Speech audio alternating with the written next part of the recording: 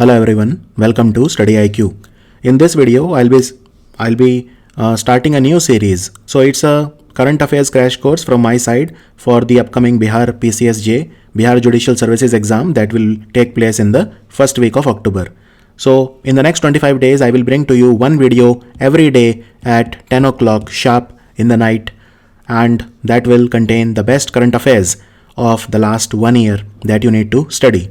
I will be covering approximately 600 current affairs in this time, all tailored for Bihar Judicial Services. So do let me know if you like the video. Let's start set 1. This video is brought to you by me. My name is Dr. Gaurav Garg and I'm a current affairs expert for the last 6 years. So I'll be covering the questions sometimes in the MCQ format and sometimes in the text format. Wherever I feel it is important, I will make an MCQ to make you more exam ready for the upcoming exam. International Judicial Conference 2020 was organized in which city? There was an International Judicial Conference that was organized from 21st to 23rd of February, and it was conducted in the capital, New Delhi. And you should also know the theme of the conference. So the conference was organized by the Supreme Court of India, by the Apex Court itself, and the theme of the conference was Judiciary and the Changing World. Judiciary and the Changing World. That was the theme of the conference. This is important. Which state government has announced a monthly stipend of 3,000 rupees that will be paid to the junior lawyers for 2 years to overcome the financial difficulties? Which state government will give 3,000 rupees to the junior lawyers for 2 years in a row so that they can overcome financial difficulty? This decision was taken recently by the Tamil Nadu government, by their Chief Minister, Mr. Edappadi K. Palaniaswamy. So the answer is Tamil Nadu government will give. And Tamil Nadu government, they are already running a scheme called Advocate Welfare Scheme.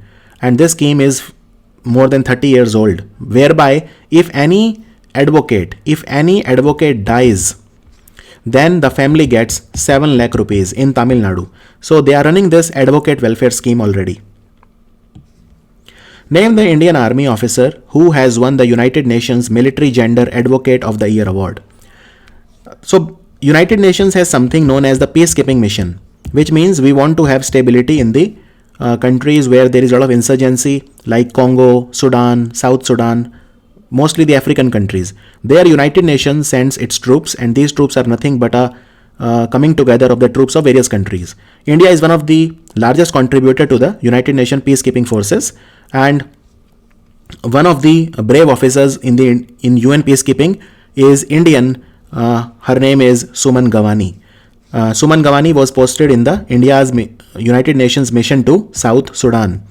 And for her exceptional courage, she has been given United Nations Military Gender Advocate of the Year award recently.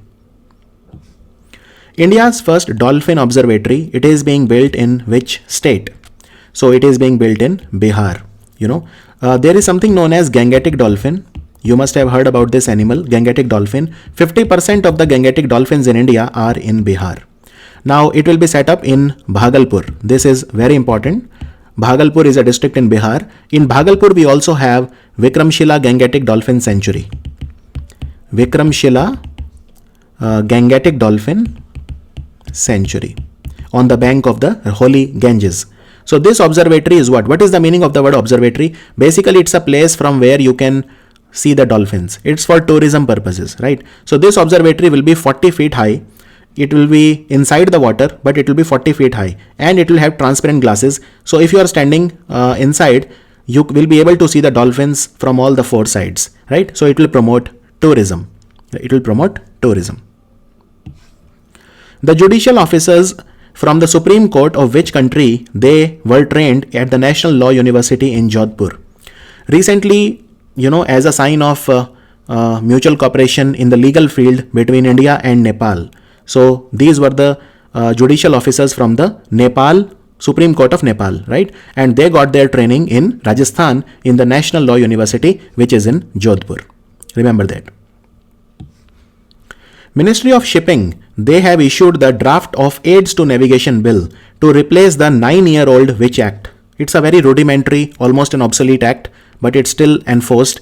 It is called the Lighthouse Act of 1927. So the Lighthouse Act of 1927 will be replaced. What is this Lighthouse Act?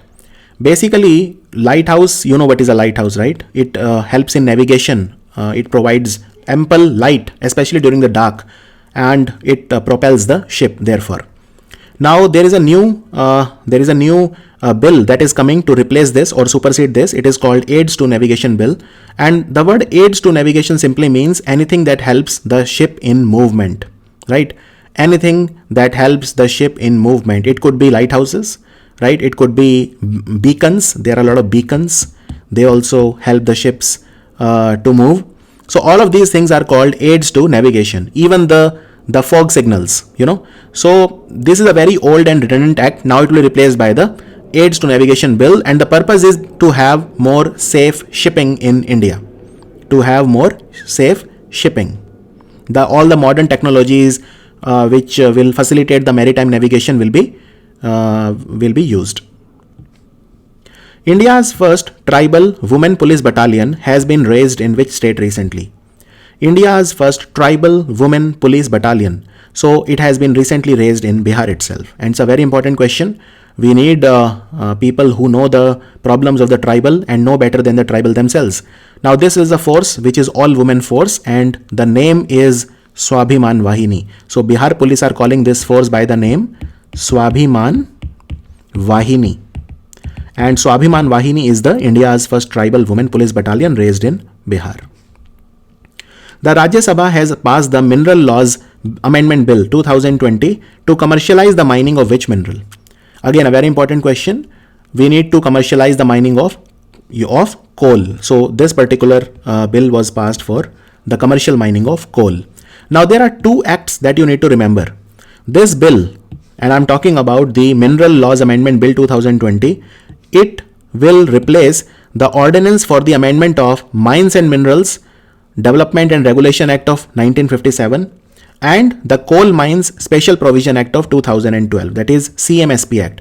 Just remember the name of both the act. One is the MMDR Act and the second one is CMSP Act. So this will replace the provisions of both of these acts. What do these both acts do? MMDR Act regulates the overall mining sector in India, and the Coal Mines Act provides for the auction and allocation of the coal mine. So how it will promote the commercialization of coal? Basically what it will do is it will allow the private sector to undertake the coal mining in India. And how? So this bill says clearly that the companies which do not have any prior coal mining experience, they can also participate in the auction of the coal blocks or the lignite blocks. There are a lot of coal blocks and there are a lot of lignite blocks which are auctioned. Even the companies that don't have prior experience can participate in the auction process. So we will have more private players coming in for the mining of coal and lignite. We are having a lot of lignite based power plants also, like for example the Neyveli thermal power plant is a lignite based plant. So this is a way to generate alternate sources of energy, right? So that's about it. Moving on. The Aircraft Amendment Bill 2020, it seeks to provide statutory status to which among the following? What is the meaning of statutory status? So there is a constitutional body and there is a statutory body. And what is the difference between the two? Basically, a statutory body derives its powers through an act of the parliament or a act of the state assembly, right? Constitutional body is something that is given in the constitution, right? Like right to life and all of these are constitutional things. Even UPSC, our constitution says there will be a Union Public Service Commission, so that's a constitutional body. A statutory body is something that derives its power from a law or a statute that is made by either the parliament or any statutory authority. So in simple language, any body whose existence is by virtue of an act passed by the parliament or state assembly is a statutory body, like National Green Tribunal. Now our constitution does not mention National Green Tribunal. Similarly, National Law Commission, but these are all statutory bodies. So the answer is all of the above. Directorate General of Civil Aviation, Bureau of Civil Aviation Security and Aircraft Accident Investigation Bureau, all the three will be given the statutory status. And also remember, the Aircraft Amendment Bill will amend the old Act of 1934. This is very important. The old obsolete Act of 1934 will be done away with by introduction of this, and it has already been passed by the Lok Sabha, and as we speak it has been passed by the Rajya Sabha also. So it just requires the assent of the President of India. So this act will regulate the manufacture, possession, use, operation, sale, import and export of the civil aircrafts and licensing of the aerodromes in India. And these three organizations, they perform a very specific function. So for example, DGCA, it carries out the regulatory functions.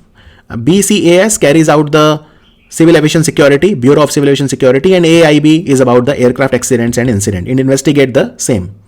So the statutory status will be provided them. It will improve India's aviation safety. And another thing is in this aircraft amendment bill that if there is any violation of rules, then the aviation industry players like the SpiceJet or Indigo or these players, they will have to pay lot of money. So the fine amount for violation of the rules has been increased 10 times from 10 lakh rupees to 1 crore. And it empowers central government to also cancel the license, certificate or approval granted to a person under the act if the person violates the rules. Under the Lokpal Act, the vague complaints which are pending before any other court, tribunal or authority will have to be disposed of within how many days? So under the Lokpal Act, it has to be disposed of within 30 days. And what is the meaning of this vague complaint? What are these? So basically, they have actually defined what is the meaning of this vague complaint. The complaints whose contents are illegible, that is means not readable, vague or ambiguous, which are trivial or frivolous, they don't contain any substance, they don't contain any allegation, right? Then they have to be disposed of within 30 days. This was said by the Department of Personnel and Training. And what is the meaning of the Lokpal? So what is the difference between Lokpal and Lokayukta? So Lokpal is a body which is meant to control corruption at the central level, and Lokayukt is a body that is meant to control the corruption at the state level. So Lokpal Act provides for establishment of Lokpal for the union, that is center, and Lokayukt for the states to inquire into the allegations of corruption against the public functionaries. This act was passed in 2013. So Lokpal is an apex body to deal with the cases of corruption at the national level. And the Lokpal consists of a chairperson with maximum of 8 members, and 50% of these members are judicial members. Clear? 50% of the members are judicial members. Which among the following states or union territories has started online registration for Chief Minister Advocate Welfare Scheme? Now recently, Chief Minister Advocate Welfare Scheme was started by the Delhi government. So the answer is Delhi. And as the name says, Advocate Welfare Scheme. So there will be a lot of things that will be done for the welfare of the advocate. Delhi government has made a provision of 50 crore rupees that will be spent. So for example, there will be e-library that will be made for the advocates. These e-libraries will have computer also where they will be able to work. In different courts in Delhi, there will be crèche facility that will be given. So women will be able to make them useful for their offspring. And lawyers will also get group insurance, they will get life insurance, mediclaims, and all of these things will be a part of the Chief Minister Advocate Welfare Scheme. Remember, it is for Delhi. It is by the Delhi government. Recently, a bird ringing station was made, right? This is devoted to observing, monitoring, and researching on the migratory bird. It will be established in which state? So again, it will come up in Bihar, and it will come up again in Bhagalpur. So both the Dolphin Observatory and the bird ringing station is coming up in Bihar. Remember, it will be the 4th bird ringing station of India. We already have bird ringing stations in Tamil Nadu, Rajasthan and Odisha. But now it will come up in Bihar as well, in Bhagalpur. Under which act the central government has authorized the state government to take preventive measures against the coronavirus? So this act is the Epidemic Disease Act of 1897. Epidemic Disease Act of 1897. The central government is authorized to basically, central government gives the authority to the state government to take concrete steps. So for example, the state government gets the authority under this act to close any school, college or theater in case they feel it is a threat to public health, So similarly, the states are empowered to take decisions. And one more thing they can ask you, there is section 188. Section 188 of the Indian Penal Code, and Section 188 of the Indian Penal Code, it provides for penalties that the government, central government can put on the state government for disobedience to the order promulgated by a public servant, right? So central government can take steps as per the section 2A of this act, Epidemic Disease Act. Central government can take steps to prevent the spread of an epidemic, and there is section 3. Section 3 provides for penalties. These are according to the section 188 of the Indian Penal Code. The Government of India has declared face mask and hand sanitizer as essential commodities under which act? Face mask and hand sanitizer are essential commodities under the Essential Commodities Act of 1955. 1955. In fact, the face mask also they have defined, it is the 2-ply mask, then there is a 3-ply mask and N95 mask. These are the masks which are essential commodities. What is the meaning of this? By invoking this Essential Commodities Act, government will make sure that these items will be sold at the right price and at the right quality. That is the meaning. Also, the Ministry of Consumer Affairs has also invoked the Legal Metrology Act to ensure these items are not sold for more than the MRP. And the Consumer Affairs also invoked the Prevention of Black Marketing and Maintenance of the Supplies of Essential Commodities Act of 1980 to make sure that it will carry out action against those who are involved in overpricing of these essential commodities. Which state's Pollution Control Board has signed an agreement with IIT Delhi for setting up of Geographical Information System based platform for air quality management? So it has been done by, again, Bihar Pollution Control Board. Bihar State Pollution Control Board has signed an agreement with IIT Delhi and they will set up a Geographical Information System. So that was the part 1 of the crash course for Bihar Judicial Services, and like that I will bring to you 15 to 20 current affairs every day. Remember, this video will be in English language, so it benefits both the Hindi and the English language speakers, and I'm using very normal Hindi, I'm not using very hi-fi or legal Hindi, English I mean. So it's very, very understandable for everyone. If you still face any problem, you want me to do it in Hindi, or please put down in comments, and I will take the comments very seriously. If you have any feedback, then do let me know. But these 600 questions which I will cover in the next 25 days will form the basis, which form the rock of your preparation. And you will see a lot of these questions coming in your exam. They'll be asked to you in interviews also, a lot of things.